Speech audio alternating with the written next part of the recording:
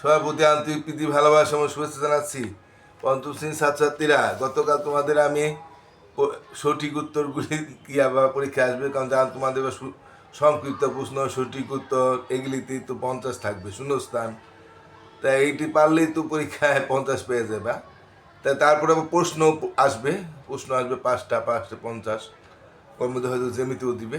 তাই আমি গতকাল পরীক্ষার যে প্রশ্ন ছিলাম সেই প্রশ্ন দিয়ে আমি আজকে তোমাদের যে পরীক্ষায় 2024 সালে পরীক্ষায় কী কী প্রশ্ন আসছিল প্রথম সাময়িকে সেটা একটু দেখাচ্ছি তোমাদের। যদিও তোমাদের এগুলি সব আসবে না, এটা দুইটা কমন পড়বে অবশ্যই। তা আমরা একটু দেখি অঙ্কটা। হ্যাঁ, এখানে এই অঙ্ক আমি কিন্তু করাই দিছি তোমাদের, এগুলি আমার সব করা অঙ্ক। তারপরে একটুখানি প্রশ্ন আছে সেহেতু আমি তুমি একটু ধরাই দিতে আসি। এখানে আছে পিতা ও কন্যা বয়সের সমস্যা 80 বছর, পিতার বয়স কন্যার বয়সের 4 গুণ। এখানে সৃজনশীল ছিল। হ্যাঁ হ্যাঁ, এখন বোধহয় সৃজনশীল আসবে না, তারপরেও আমি একটু সৃজনশীলভাবে শিক্ষা নাও, তবে যেভাবে আসবে সেভাবে পারবো তোমরা। তো পিতা ও কন্যা বয়স 80 বছর, পিতার বয়স কন্যার বয়সের 4 গুণ। পিতা ও কন্যা বয়সের সমষ্টি কত? পিতা ও কন্যার বয়সের সমষ্টি কত গুণ? কন্যার বয়স কত, পিতার বয়স কত? এটা আমরা করি অঙ্কটা তাহলে।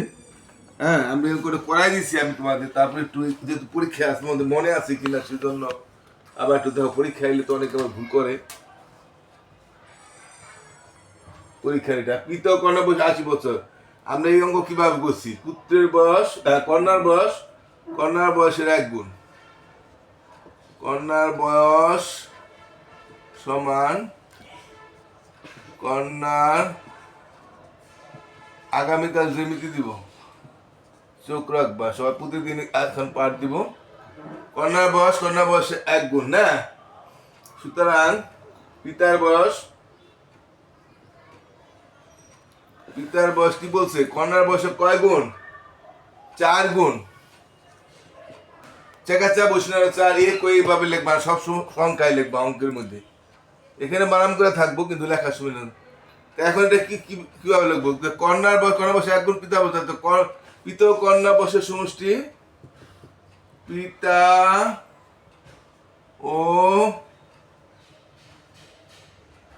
পিতা ও কন্যার বয়সের সমষ্টি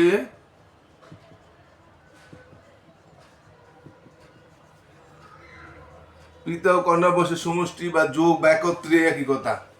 কন্যার বয়সে কয় গুণ?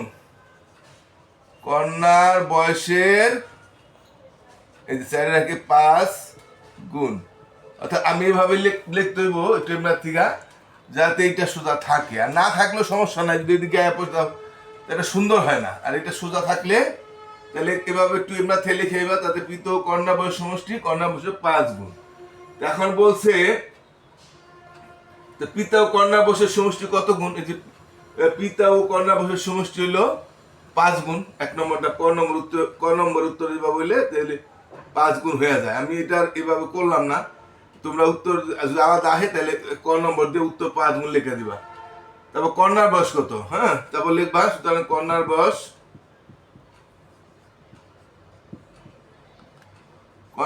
হইব পিতা কন্যা বয়সের সমষ্টি যদি 80 বছর, তা 80 ভাগের 5 ভাগ।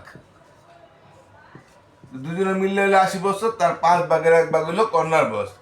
তো 5 ষোলো 80, মানে 16 বছর। এখন যদি আলাদা উত্তর কয় তাহলে কর উত্তর হবে 5 গুণ, আলাদা আসবে না মনে হয়। আর এটা হলো কি? এটা খ খ খ ডাকবো, তাহলে উত্তর 16 বছর। যদি এভাবে না হে, আর গড়টা কি? পিতার বয়স কত? সুতরাং পিতার বয়স 16 রে, তার 5 গুণ না, না পিতা কোন 4 গুণ, তার 4 পূরণ হবে। হ্যাঁ, 4 16 64 বছর। উত্তর 64 বছর। এইভাবে করলে এইভাবে দেবে। বর্তমানে সৃজনশীল আসবে না, যদি সৃজনশীল আসে তো এভাবে হবে। ঠিক আছে, তো একটা অঙ্ক আমরা করলাম। এরপরে আমি দেখি একটা কি অঙ্ক আছে এখানে। এটি আমি করাইছি, তারপর আবার তোমাদের ধরার পরীক্ষায় আসলে অংশ পারো না তোমরা। একটি কোম্পানিতে 225 জন কর্মচারী কাজ করেন। কোম্পানিটির মাসে 95,625 টাকা লাভ হলো। 5টা সংখ্যা থাকলে 2টা করে হাজার, তাহলে 95,625 লাভ হলো। লাভের টাকা কর্মচারীর মাঝে সময় ভাগ করে দেওয়া সিদ্ধান্ত হলো। তো ভাগ করে দিতে কইছে, ভাগ করলে তো প্রত্যেক কর্মচারী কত টাকা পাবেন, তাহলে ভাগ করে দিলে আমরা কত টাকা করে আমরা দেখবো। আর যদি কর্মচারী 425 জন হয় তাহলে প্রত্যেক কত টাকা করে পাবেন। যদি 425 জন হইতো তাহলে কত টাকা করে পাইতো। তাই আমরা ওটা করি, আমরা একটু বোর্ডে তাকাই। আমরা এটা বুঝতে দিলাম।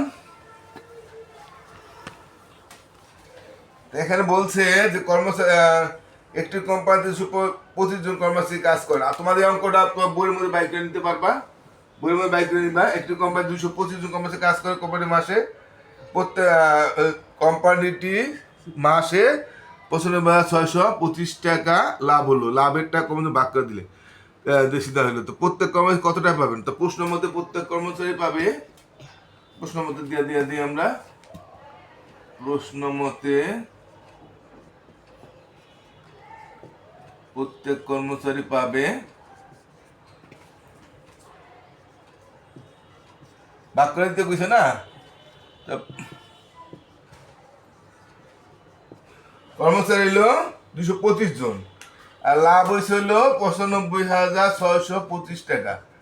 তা ভাগ করতে কইছে 225 জন কর্মচারীর মধ্যে, তাহলে এত টাকা হবে। 225 ভাগ করে দিই, 225 জন ভাগ করে দাও। এখন এখানে আমরা পারি না, আমরা এখানে দিয়ে এটার ভাগটা আমরা করে দিই। 225 দিয়ে আমরা 9, 5, 6, 2, 5 এটাকে ভাগ করব। এখন আমরা এই ভাগটা কিভাবে করবো? আমি তোমাদের বলছি যে 2 সংখ্যার ভাগ হয়, প্রথম দিকে 2টা সংখ্যা বড় হইলে 2 সংখ্যা নিবা, আবার 3 সংখ্যার ভাগ হইলে প্রথম 3 সংখ্যা বড় হইলে প্রথমটা। তো এখানে 225 আর প্রথমে 3 সংখ্যা 956, তাহলে বড়ই তো আছে, তাহলে আমরা 3 সংখ্যা নিতে পারবো। এবার আমরা 225 নামটা জানি না, তাহলে আমরা কি করব? গুণ করব। এটা 2বার দিলে হয়তো হবে না, 3বার বা 4বার যাইতে পারে। আমরা 2বার তাহলে দিয়া যাই। আমরা দিই 5 10 2 4 5 2 4, তোমাদের বোঝানোর জন্য আমরা দিয়ে গেলাম। আবার 3বার দিই, 3 5 15 হাতে 3বার দিই, 3 5 15 5 হাতে হইলো 1, 3 6 1 7, 3 675, তাও হয় না।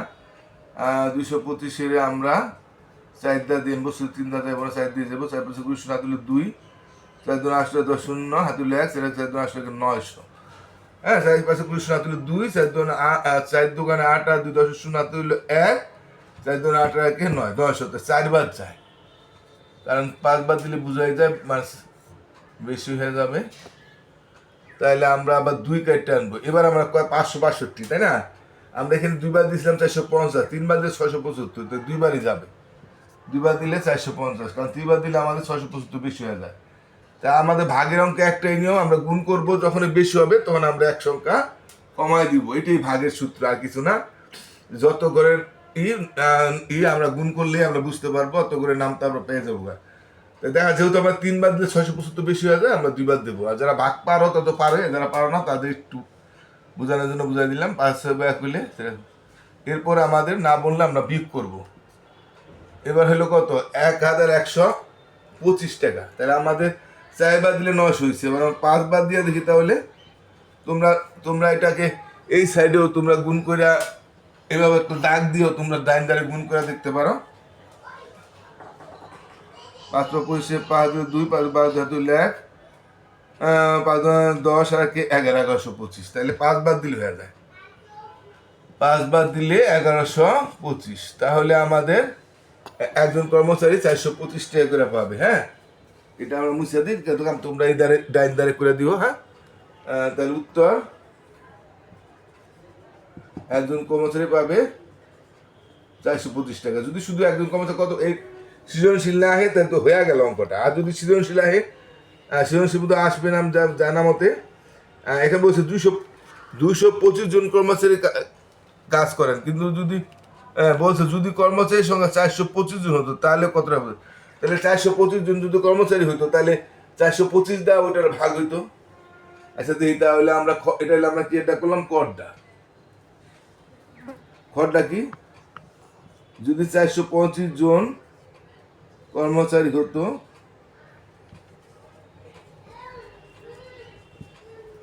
যদি 25 জন কর্মচারী হতো,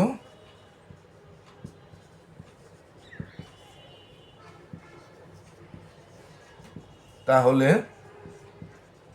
প্রত্যেকে পেত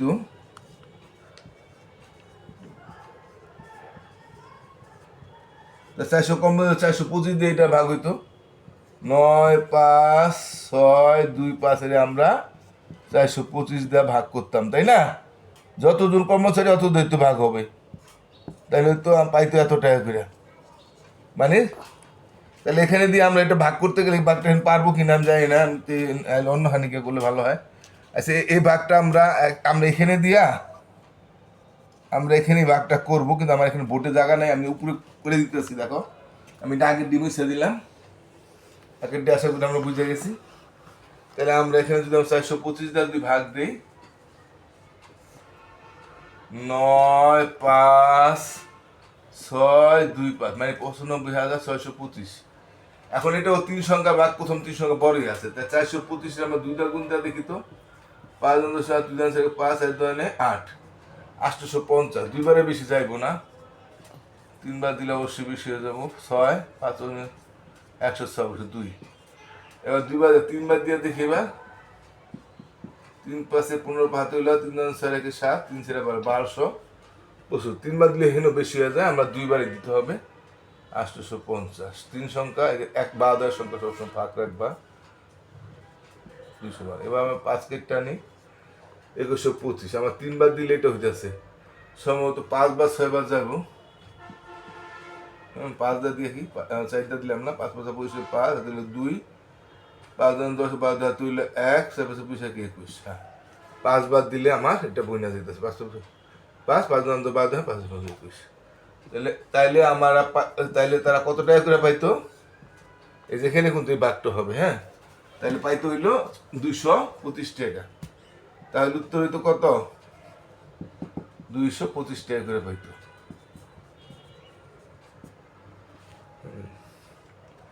ঠিক আছে, আমরা 2টা অঙ্ক করাইলাম, এই প্রতিদিন চোখ রাখো।